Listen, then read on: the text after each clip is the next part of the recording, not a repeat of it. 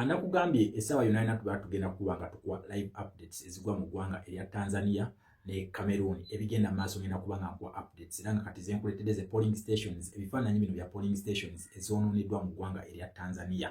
Yes, saako ne video eno gyekoma ngenda kuteerayo amaka gano nago nga tadde mu bifaananyi naye nga video kweringi kuteereddeko amaka ga Minister wa Finance ow'eggwanga erya Tanzania agateekeddwa omuliro. Yes, abaana bagalumbye ne bagateekera omuliro saako n'emizigo gyonna egibadde gyetoolooleddwawo bagikumyeko omuliro. So Tanzania ekintu kino nakugambye ekintu kino kyavudde ku kikalulu. Samia Suluhu azenga oppressinga abantu abagezaako okumwesimbako ba opponents era nga twogera nti ba opponents nkaaga abamu bagamba 8 nenga toto gye tubadde twakafunako gye twakakonfaminga nti ba opponents nkaaga abadde beesimbyewo okuvuganya ekibiina kino ky'ekyama ky'amapinduzi bali makomera bateereddwa mu makomera. Opponents nkaaga ngezaako ne basupporters baabwe abawera 600 nga basibiddwa bateereddwa mu makomera mu ggwanga erya Tanzania. Kino ekintu kino yakikolanga agezaako kulemesa ba opponents okujja okwesimba mu Uganda abakozesa ssente mwalabe ekyabadde Bukedya naye ono yali ayagala abateekeko amaanyi. So embeera yavudde out of control naye takyasobola kugicontrollinga kati mu ggwanga erya Tanzania. So nabagambye waliwo ebitundu ebimu bye balonze nenga ebitundu ebimu waliwo webadde balonda abaana ne babalumba polling station ne bazisaanyawo. Bano bakozesezza ekintu kibayita boycott protest vote. Boycott protest vote yene egambe etya teba kulonda senga favorite candidate wamwe tabeera ku ballot paper tebeera kulonda ebyo gye bayita boycott protest vote gye bakozesezza mu ggwanga erya Tanzania. However mu butundu obumu era tukimanyi nti ku mbaga tekubula musiiwuufu waliwo bannansi abadde balya mu ngalo z'abano be bagezezzaako okugendako nga balondalonda kati kyetonnanategeera oba results bagenda kubeesinga ku ezo bagenda kubeesinga ku zino results ze baafulumizzaayo zino zi provision results ku buno obutundutundu gye balonze nga basibidde ne mu gabiina kuba waliwo ebimu bibagize beesibidde mu bizimbe ne babaawo okulonda okugenze mu maaso. Kati simanyi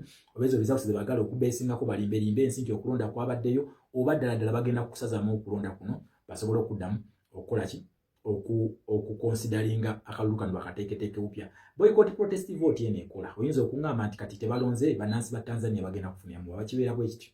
Ate essaawa eno tebalonze akalulu ako bakalemesezza tekakyaliwo. Tasobola kugamba nti Samia Suluhu yawangudde nga n'essaawa eno wangudde tolina mu ggwanga odduse ku boycott ne protest ezigenda mu maaso ne streets ebizimbe okwokyebwa n'amaka gabwe gaba minisita okwokyebwa. Kati Samia Suluhu ono senga akalulu kano tekamukagira jjukira omwaka ogujja aba alina okukola ki aba alina okulayira mu January president wa Tanzania abeera alina okulayira akoze ki alondeddwa. Kati senga ekisanja kyo kiggwako ekyokubeera mu office n'akalulu tekagenda mu maaso olina okukwata entebe ogikole ki ogiwa ekitegeeza si gwe president. So neno boycott protest vote naye ekola especially when your favorite candidate nga tebamutadde ku ballot ng'abaana b'e Tanzania kyebakoze manyi bana ba dictator bano basi babeera n'akatabo kamu ate akatabo kabwe kabeera straight tebalowoozaako nti ekintu kye balowooza kisobola okukyukamu ne kitandingawo background ne kibakyukira. Kati Samia Suluhu kye yakolanga buli agezaako okumwesimbako amukwata n'amusiba yatandikira ku Thaddeus Lissu Mugabe. Thaddeus Lissu yabadde strongest opponent wa Chama cha Mapinduzi era ekibiina kino ne ku John Pombe Magufuli naye yali amweraliikirira nnyo. So kino kibadde obvious nti Thaddeus Lissu yabadde agenda okubeera ki president wa Tanzania yabadde addako mukigira wabula Samia Suluhu yamufrustrating nga n'amuteekako emisango gya treason okweyakwatira ne ba activists abava mu ggwanga lya Kenya ne Uganda abaali bagenzeeyo okulaba nga balwanirira eddembe n'abadipotinga n'abazaayo era nga buli muntu abadde ayogerako mu ggwanga lya Tanzania okusobola okudefendinga Thaddeus Lissu abadde abakozesa era nga emugulabo Uganda kugenda mu maaso wano tibasiba abantu buli muntu atawagira bo bamusiba okitegera ekintu ekyo. So badictator bo always akatabo kabwe ke basoma kabeera kamu naye akatabo kano kabeera ne bad ending nkiddamu kabeera ne bad ending. Kati wetwogerera ebigenda mu maaso mu ggwanga lya Tanzania byebimu ebigenda mu maaso mu ggwanga erya Cameroon naye mugambe mu ggwanga lya Cameroon amagye ge gasse ku bantu gamaze okwegatta ku bantu. So mu next video yaffe tujja kuba tufuna ku videos eziva mu ggwanga erya Cameroon. Yes, zetufunako okuva mu ggwanga erya Cameroon tujja kuba tuzifuna. Kakati tulina video eva mu ggwanga erya Tanzania nga amaka ga Minister of Finance wa Tanzania gateekerwa omuliro. So tujja kuba tubiraba awo mpola mpola maaso gye tulaga. Just keep on nakugambe subscribing oteekeko notification button buli video gye nteekayo obeere nga obiraba nga tosubwa action yonna egenda mu maaso. Nkugambye protest vote abaana bajjenzi bagitegedde bajjenzi ba Africa bategedde ekintu kye bayita protest vote kati tebakyazanyirwako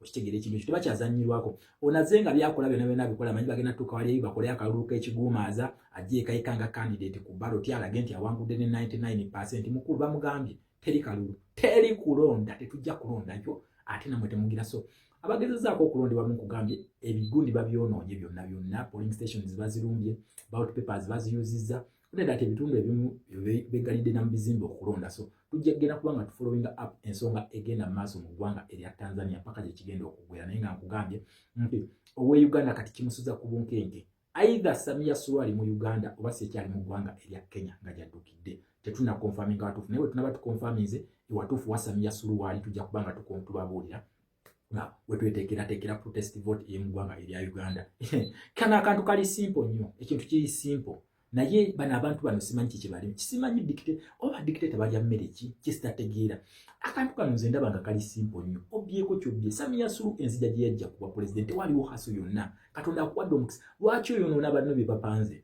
chama cha mapinduzi ekyo ekibiina kibadde kyategeka dictatorship yakyo naye buli kintu kituuka ku an end neggwako so emyaka gyabwe gye badde bafuga eggwanga erya Tanzania gibadde gikoze sigiweddeko kiki olina okukola waayo Entebbe gite ensi yeeyongereyo lwaki mwagala mwe always okusuula ekintu kino mumaliriza na musaayi eno enkola yabadictator baleka ensi mu worst case scenario mu gundi ensi nga bagitabanguddeyo nana mbu bwe babeera bagenze mugezeeko okuba misinga ebyo boogera ono kale mulungi naye walivaawo Uganda egenda kufaanana nga Tanzania be bagikozinga okufaanana bwetyo I mean nga Libya be bagikozinga okufaanana bwetyo nga Iraq lwaki oba tutansi gweno weeyongerayo ogenda kufa even okimanyi nti ogenda kufa olinayo gundi naye ogenda kufa golowooza kyogamba lwofensi yo nayo neebeera efudde oba abaana bo ogenda kuba tobalese mabega ogenda kufa ne famire yo okitegeera tetulwaki abantu bano tebalowooza ku generation ezaabwe eziddako okitegeera simanyi lwaki abantu bano tebalowooza ku generation zaabwe eziddako n'akola ekintu ng'olaba kyabwewussa nga newandibadde gwe tosobola kukola kintu ekyo okitegeera kati tunuulire ono omwana Samia Suluhu Hassan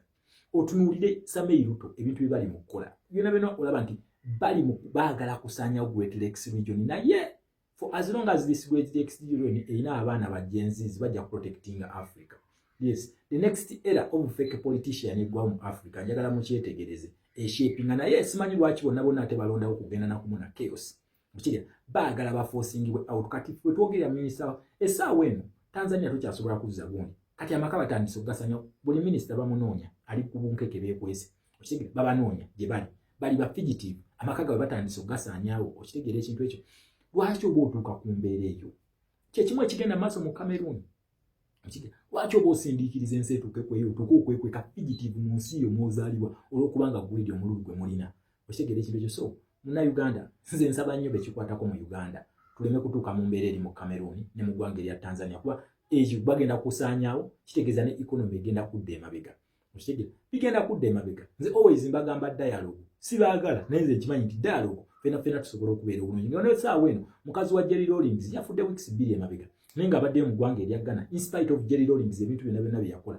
mu ggwanga erya Ghana yabaddeyo mukitegeera ekintu ekyo nsaba bekikwatako tugende mu dialogue Bannayuganda banyigiriziddwa ekimala Bannayuganda bali ready olw'okusirika temulowooza nti basiru olw'okubanga nti mmwe muleekaana temulowooza nti mmwe musinga okwogera ate teri gwe musobola kulagira mu Uganda wano ebyo bistatement bye bakama byofulumya temwekalakasa temukola ki obifulumya kubanga oli mu comfort zone naye ogenda kutuuka time nga tolina control ku Bannayuganda ekyo nkikubulya do the needful oyo ezo statement z'okola kubanga ebigenda okuleetera Bannayuganda okwekalakasa obimanyi okitegeera ekintu ekyo badde nsaba tubeerenga abasajja bakulu balina family abalina generations ezigenda okutugoba tukole ekintu kyonna tutaase Uganda okitegeera bwetuba tugiyita the pearl of Africa let Uganda be the pearl of Africa bwebajja gamba nti mu pearl of Africa obuyinza after 40 years bwakyuka bulungi tewaliwo okuyiwa omusaayi lwaki tugendaawo mu kuyiwa omusaayi nga fenna tulina generations okutufuluminga okitegeera Uganda nene fenna tusobola okugibeeramu tusobola okubeera mu Uganda eno nga teri atutte munne mukomera okugyako omuzi w'emisango nga teri alemeseza munne nga teri alaba munne nga mulabe olw'okuwagira ekibiina ekirala nga tetulaba nti omuntu yeetaaga kufa olw'okuwagira pati endala fenna tusobola okubikola so nsaba bekikwatako tubeere nga abantu abakulu tuwoze ku generations eziddako okitegeera essaawa eno tosobola kuoppressinga abantu nolowooza nti ogenda bayimiriza tosobola kino kyo nkibabuulira kino ekize tekikyasitopinga kiri unstoppable it is one generation fighting another generation ate always tosobola kuwangula generation gy'otagwa generation yene ezze oba ezaaliddwa always etwala kyetwala naye mbadde nsaba tukolenga gali amawanga getukoppa mukigera essaawa eno twegomba bali tugenda ne okwewolayo ssente zaabwe naye lwaki twewola ssente zaabali ng'ebyobugagga babijja kufa ebibaggawaza economy tusobola okutula ne tupulaningira ebyobugagga byaffe ne bitugasa ffenna tusobola okupulaningira ettaka lyaffe libbiddwa ku bantu nalibaddizibwa lwaki osiba omuntu olw'okuwagira ekibiina ekya noteekako emisango emijweteke lwaki olumba abantu n'obatta olw'okubanga tebakuwagira ebyo bintu byabali zino generation endala zikyuse so nsaba bekikwatako tuleme kuyiwa musaayi mu Uganda wano kubanga wetwolekedde no one is going to allow to be oppressed for so long. Mutunyigirize ekintu ekimala. Naye mbasaba mbagambye sibaagala. Naye nze wadde sibaagala nzikiriza ku muntu nti we agree to disagree. That is politics we want. Leeta idea nange ndeete idea. Twechallenging. Omuntu asinga ideas ennungi. Gwe tuba tugula ideas ze tuba tugenda nazo. Ezo manye nti nno nedda. Si nti nze gundi asinga ne banchallenges mu ideas bansinze. Kanoonye engeri gye ngenda ku improving ideas zino. Okitegera tuziteeke into use fena tugende maaso. Njagala tutunuulire Israeli. Israeli ekuba buli mulamu. Naye bwe baba bagenda okukuba omuntu opposition ne government bakwatagana ne bateesa then ebyobufuzi ate ne bibanda ne bibaawula. Okitegera naye nga teri asse muntu. Naye wali n'essaawa eno Uganda egamba watugifiirwe buli Munnayuganda wagamba tufunamu kakyegasa bamu na bamu. Okitegera lwaki tubeera n'enkola eyo? Lwaki tusooka ffenna ne tweyagaliza nga bannansi? Then bwe tumala okweyagaliza nga bannansi ne tulyoka tulaba ekiddako. So mbadde nsaba bekikwatako tuve mu kunyigiriza sayidi emu. Sayidi eyo gye munyigiriza naye esobola okwerwanako, but don't use their silence as a weakness. It is not. Biba planninga bingi bemumanyi ne bemutamanyi.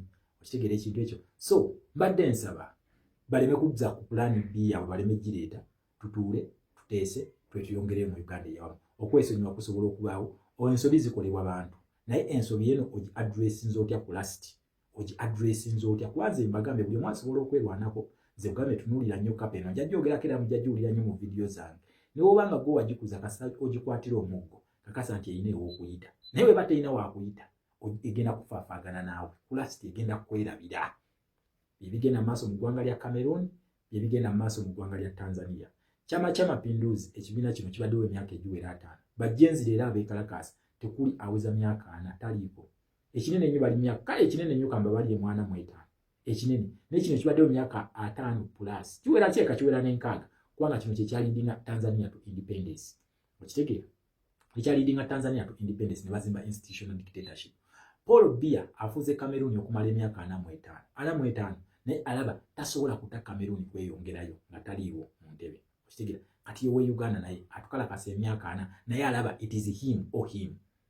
Okitegera embeera eyo tugejjeko banange tulekerawo greed, tulekerawo bunnanfuusi, tulekerawo okweyagaliza, tulekerawo effutwa. Kyokka kye kigenda okutwala Uganda mu maaso. Ewatali ekyo banange Uganda tugenda kugisaanyawo nga tulaba ffeffe nnyini tugenda kusaanyawo eggwanga lyaffe. Naye nga ate ffeffe nnyini tusobola okukola decision egenda okubeezaawo ffe ne generations ezigenda okuddako mu maaso. Ebintu ebigenda mu maaso mu Uganda, mu Africa ne East Africa Great Lakes region kati bisimbudde. Byatandikira Kenya ng'ebisaaga kati bigenze Tanzania. Ate nga Uganda it is inevitable. Nkiddamu tekyewalika. Naye senga mba mukoze decision ne muleka bannayuganda ne beesalirawo kisobola. Obuyinza tebuli mu mmundu. Obuyinza tebuli mu mmundu. Obuyinza tebuli mu tear gas. Obuyinza tebuli mu kyambalo kya poliisi wadde ekyamagye. Obuyinza buli mu bantu. Era nga baakedde ku makya ne bagamba nti kati ekimala kwerwanako bajja kwerwanako. Nkiddamu tosobola kuoppressinga abantu myaka gyonna nga basirise. N'olowooza nti owangudde. Tosobola. Okitegera era olunaku lutuuka ne beekyanga. Naye olunaku olwo lutegekedde otya? So nze nsaba tuve mu maanyi g'emmundu okutuwagawaga, tuve mu maanyi g'amakomera kubanga amakomera gaffe, kooti zaffe, buli kimu kyaffe ffe tusalawo. Ezo ensi kati okwekalakaasa gye kuli n'ezo gavumenti gye zigudde byonna gyebiri. Naye kiki kye basoosa bawogera ekintu kye bayita patriotism. Patriotism ntono nnyo. Tugende tukole ekintu kye bayita nationalism. Twagale ensi yaffe, twagalize ensi yaffe, tulwanirire ensi yaffe. Tulwanirire ensi yaffe for God and my country Uganda. Tugistandingeko, tuleme kubyogera bwogezi. Tugambe nti ku lwa Katonda n'ensi yange, tuve ku bya family n'ensi yange. So buli omu alina family. Buli Uganda nsi nene, it is a cake. Tusobola okugisharinga ffenna ne tulaba nga tutwala ensi yaffe maaso. Nga tutwala ensi yaffe maaso, zonna sayidi tusobola okutwala ensi yaffe maaso ffenna. Naye wekinaaba kya force mbakakasa wembanga mwakwata emmundu ne mugenda ne mulwana mwaka gwa 1998 mukaga ne muwangula entebe. Lwaki mulowooza nti mwabasembayo okulwana? Lwaki mulowooza nti obusungu obwo wabatwala okulwana mwekamakamu mbwina? Kye mugamba ebikolobero Apollo Milton Obote bye yakola ebyabatwala okulwana mwe temubikoze bantu. Kye mugamba abantu tebabiraba. Nze mbadde nsaba tuleme kugenda bwe tutyo. Uganda ekyuke na mirembe. Ekyo kye nsaba. Uganda ekyuke na mirembe. Nsaba omusaayi gukome ogwo gwayika mu 1998 okome. tuleke bannansi beesalirewo destiny yaabwe egenda okubeera. Tuleke bannansi basalewo ebisira byabwe by'omu maaso. Tuleke bannansi basalewo ani alina okubafuga, ani alina okuwummulamu. Okitegeera nga tetusse mugwa. Wabula katwesisinkane kankuteereko ka video nga bannansi ba Tanzania bagamba ekimala kimala era amaka ga Minister of Finance gateekeddwa omuliro. For God and my country Uganda. Kama unavyoona, hii ni hadi ya magari ya Mwigulu Nchemba ya Esther. Yote watu wameyateketeza moto. Hapa ni kwa Mwigulu Nchemba. Twende kwa Kiba. Twende kwa Mondi au vipi? Twende Wasafi.